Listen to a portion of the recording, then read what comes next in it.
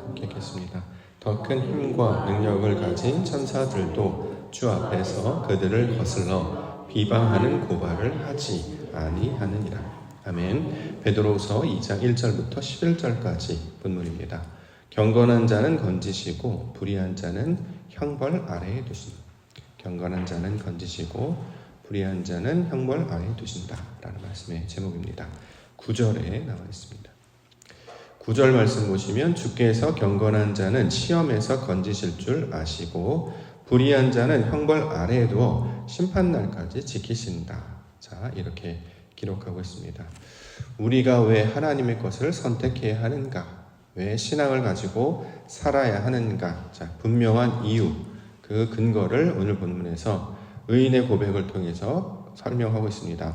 하나님은 주께서는 경건한 자는 시험에서 건져주시기 때문에, 그렇죠? 반면에 불의한 자는 형벌 아래에 두시기 때문이다. 자, 이렇게 우리가 이해할 수 있습니다. 하나님의 계획하심, 하나님의 통치하심, 하나님의 다스리심은 단호하죠, 선명하죠, 분명합니다.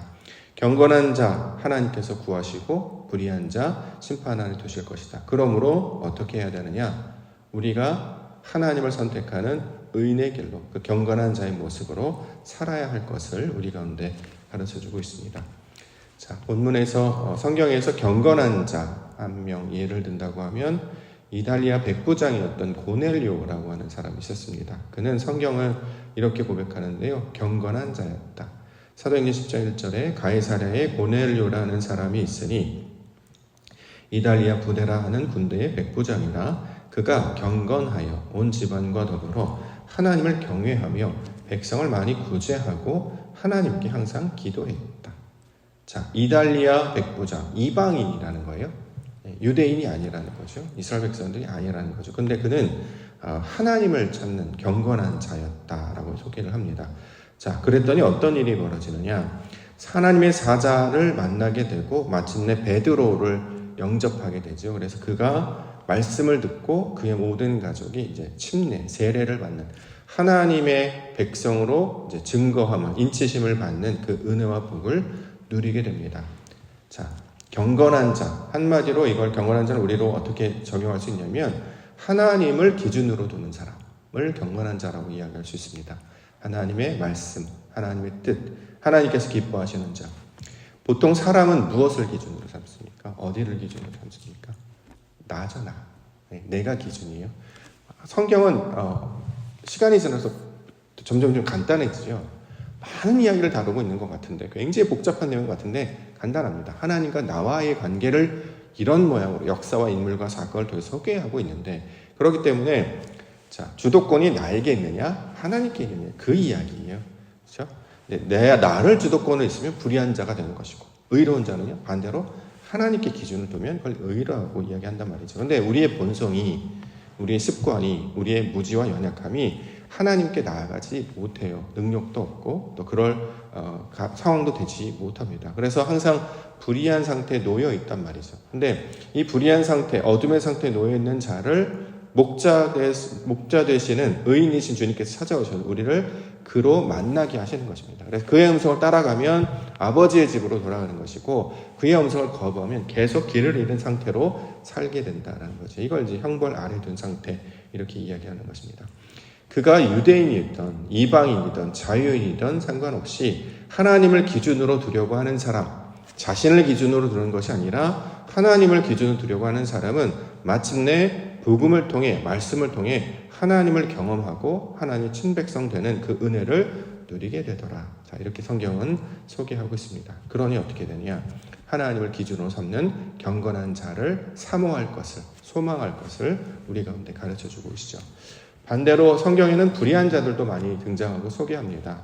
구약에서는 아합과 이세벨이라는 왕과 영이 있었고, 또 신약에서는 이제 외식하는 자들, 경건의 모양은 있으나 능력을 부인하는, 예를 들어서 이제 바리새인이나 서기관들, 신앙은 되게 좋아 보였는데 실제로는 불의한 자, 여전히 자기 기준에 머물러 있던 자들을 소개하고 있습니다. 자, 그런 자들의 종국은, 마지막은 어떻게 되느냐? 결국엔 헛되더라. 아무것도 남지 아니하고 심지어는 파멸의 길로 나아가게 되더라. 이 파멸은 자신마저도 사라지는 상태가 되는 것이죠.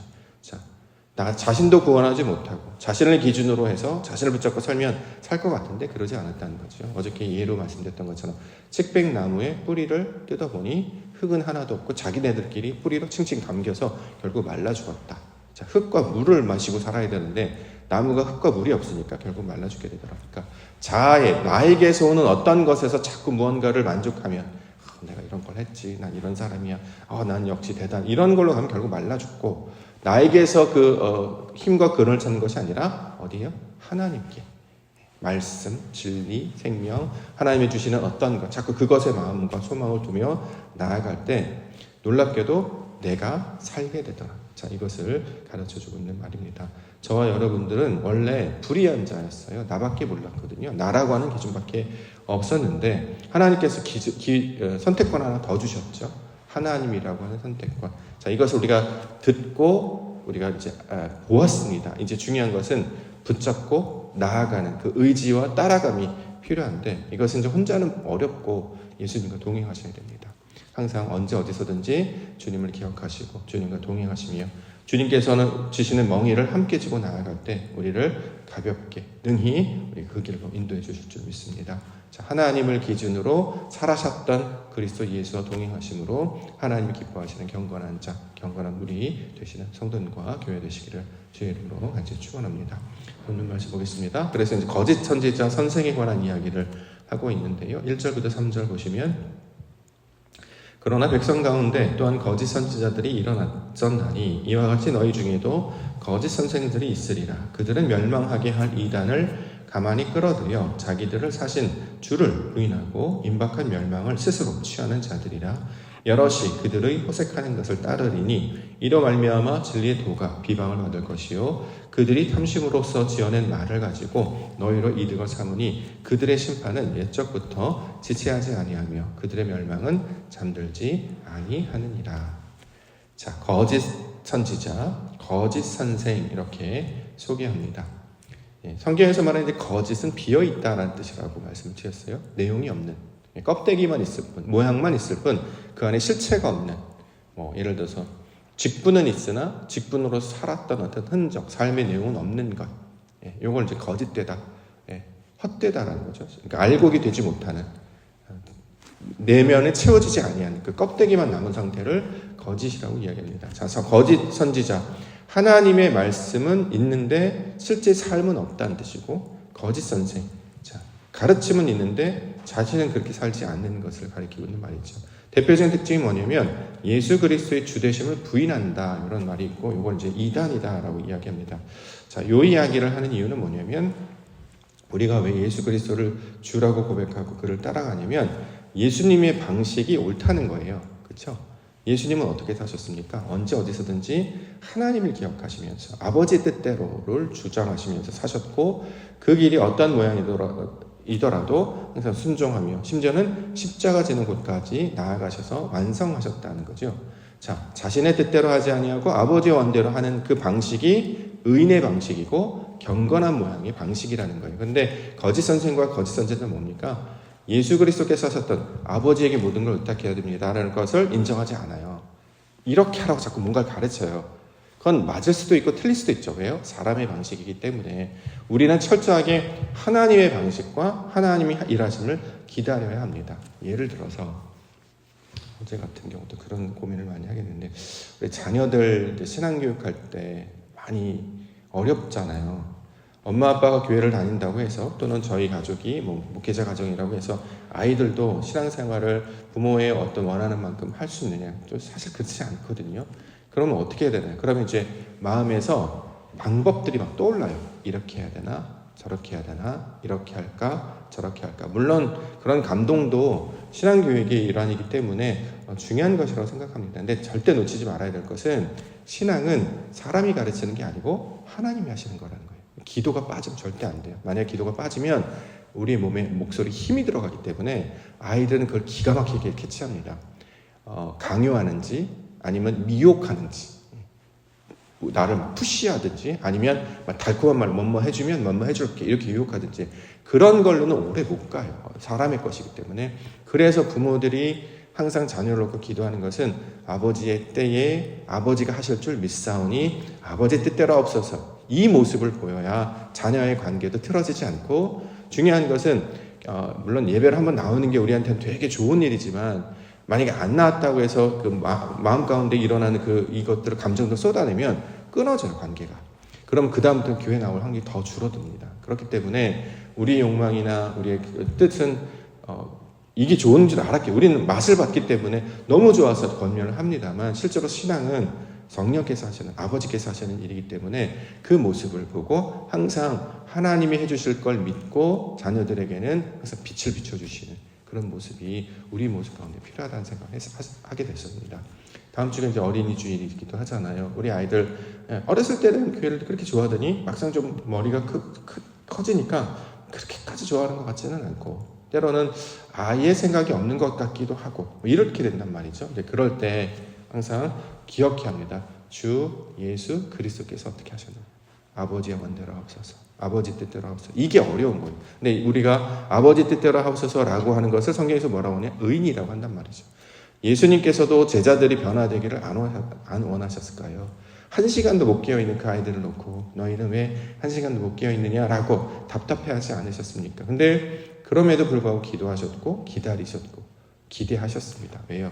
아버지께서 하실 일을 기다리는 것이 의인입니다. 오늘 본문에 보면 의인이 마음이 상하는 장면이 나와요. 8절에 보시면 베드로후서 2장 8절. 이는 이 의인이 그들 중에 거하여 날마다 저 불법한 행실을 보고 들음으로써 그 의로운 심령이 상함이라. 자, 불법을 보고 들음으로 심령이 상하는 것.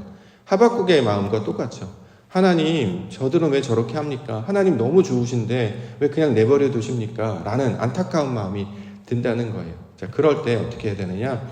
의인은 하나님을 기준으로 하고 하나님께서 하실 일을 기대하는 자이기 때문에 모든 것을 주님께 맡겨야 합니다. 결국 그런 기도 제목이 생기는 것은 나의 신앙이 온전한지 아닌지를 살필 수 있는 하나의 준거가 되는 것이고, 더 나아가 다시 말씀 앞으로, 하나님 앞으로 나아가는 신앙의 가르침이 된다라는 것이죠. 그래서 오늘 본문에 이제 노아 이야기하고 소돔과 고모라 이야기하고 롯 이야기하는 것입니다. 5절부터 7절 보시면 옛 세상을 용서하지 아니하시고 오직 의를 전파하는 노아와 그 7 식구를 보존하시고 경건하지 아니한 자들의 세상에 홍수를 내리셨으며 소돔과 고모라 성을 멸망하기로 정하여 죄가 되게 하사 후세에 경건하지 아니한 자들에게 본을 삼으셨으며 무법한 자들의 음란한 행실로 말미암아 고통당하는 의로운 롯을 건지셨다. 자, 의인들은 구원하셨잖아요.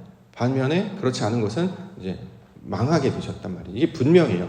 의로운 자는 하나님께서 결국 마침내는 구원하실 거라는 거예요. 그런데 이 홍수 사건을 통해서 알 수 있는 것처럼 이 노아가 그 홍수를 맞이하기까지 상당히 거의 120년간의 기간이 길었기 때문에 상당히 100년 가까운 시간이 지났기 때문에 기다림이 필요하다는 거죠. 의인은 하나님의 뜻을 이루기 위해서는 당장에 뭔가 이루어지는 것이 아니고 긴 기다림과 또 긴 하나님이 하실 일을 바라보면서 이것을 우리 가운데 말씀하고 있습니다. 그래서 우리 안에 어떤 열매가 맺어져야 되냐면 소위 말하는 오래 참음. 여기 이제 신앙의 기초잖아요. 성령의 열매 중에 나오는 것처럼 오래 참음, 인내. 사실은 우리가 이걸 잘 못해요. 저도 잘 못 참거든요. 못 기다려요. 그냥 버티는 거예요. 막 기다려야지 하는 것이지, 제 스스로는 은근히 저도 마음이 되게 급한 편이어서 뭔가가 빨리빨리 진행이 안 되면 되게 답답해하고 불안해요. 이게 빨리 진행이 돼야 되는데, 이렇게 해야 되는데, 근데 성경은 우리를 제가 살고 있는 방식, 제 태도를 계속 고치도록 요구하셔서 기다리라, 참으라, 이런 것들 말씀하신단 말이죠. 그러면 나는 못 기다리는데, 그럼 어떻게 해야 됩니까? 그러니까 어떻게 해요? 하나님을 바라라. 주님께서 하실 거잖아.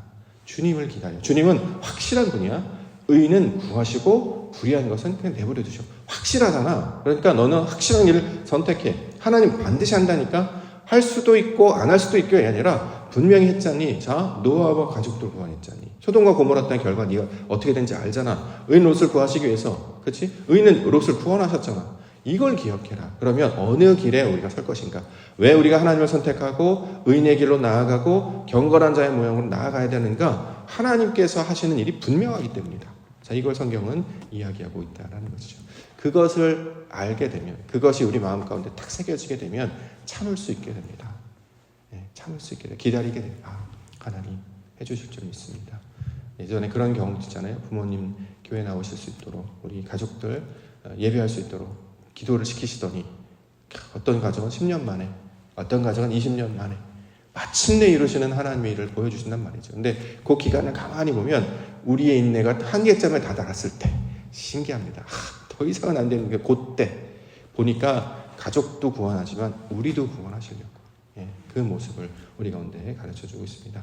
따라서 오늘 본문에 경건한 자는 건지시고 불의한 자는 징벌하신다. 이 징벌은 벌을 주다 이런 개념이 아니었어요. 어저께 말씀을 보면, 그렇죠? 하나님을 알지 못하는 상태에 계속 내버려 두는 게 형벌이라는 거예요. 그렇죠? 하나님이 하시는 일이 뭔지 우리가 잘 몰라요. 그래서 시편에도 보면 하나님 뜻이 어디 있습니까? 내가 너무 고통스럽습니다. 주의 길을 알려주십시오라고 하는 시편 기자의 고백들이 쭉 기록이 되어 있단 말이죠. 왜요? 그것이 마치 지옥 같으니까. 어느 때까지니까 그런 고백들이 많단 말이죠. 왜요? 아버지의 뜻이 뭔지를 잘 모르기 때문에. 왜 이런 일이 일어난지를 분명히 알면, 의의는 모르더라도 결국에 어떤 길로 갈지를 알면 사실은 참고 견딜만 합니다. 근데 이걸 모르면 답답하고 계속 소위 말하는 무적에 의해서 떨어지는 거 아니야? 라고 우리가 근심할 수밖에 없다는 거죠. 근데 사도 바울이 이야기하죠. 모든 것이 합력하여 선을 이룬다. 하나님의 뜻을 이루는 방향으로 나아가게 될 것이다. 자, 이렇게 이야기하고 있습니다. 그러므로 우리는 어느 길로 나아가야 되는가? 하나님을 기준으로 두는 경건한 자의 길로 나아가야 할 것입니다. 이것이 하나님의 부르심이고 하나님의 역사하심이고 인도하심이 된다라는 것이죠. 그러므로 오늘부터도 우리가 다시 시작하는 것은 주님께 맡겨드립니다. 아버지 뜻대로 하옵소서. 다만 우리가 그 일을 바라보고 그 영광을 보기를 원하기 때문에 이것을 소망으로 기도점으로 갖게 하시고 기다릴 수 있는 힘을 주시옵소서. 그러기 위해서는 하나님께서 나에게 그때마다 만족할 만한 메시지를 계속 들려주셔야 위로해 주시고 만져주시고 인도해 주셔야 우리가 견딜만 하다는 거죠. 아이야 일어나 함께 가자라고 하시든지 달리다고 일어나라고 하시든지 아니면 너에게 내가 새 영을 부어주니 평강이 있을지어다 말씀해 주시든지 이런 말씀을 통해서 계속 위로의 말씀을 줄 때 그래 오늘도 우리고 하나님을 통해 우리가 기다릴 수 있어 참을 수 있어 이렇게 이야기한단 말이죠. 오늘 만약에 안 된다고 해서 만약 오늘 우리 아이가 교회에 나오지 않는다 또는 기도하지 않는다 또는 믿음이 떠난 것 같다라고 해서 실망할 필요가 없다는 거예요. 왜요? 하나님께서 내일은 해주실 거라는 약속이 있기 때문에 오늘 안 되면 좋아 오늘은 안 됐네 그러면 그래 내일 해보지 오늘은 될 것이고 내일은 될 것이고 자, 이 기대를 가지고 사는 자들 그래서 그 기다림과 깨어있음을 통해서 우리가 파수꾼처럼 기다리면 하나님의 영광에 그 놀라운 나를 만나게 해주실 줄 믿습니다. 이것을 소망하시며 복음의 메시지로 하나님의 때를 기다리시며 주님과 동행하며 살아가시는 경건한 우리 믿음의 백성들 되시기를 주의 이름으로 간절히 축원합니다.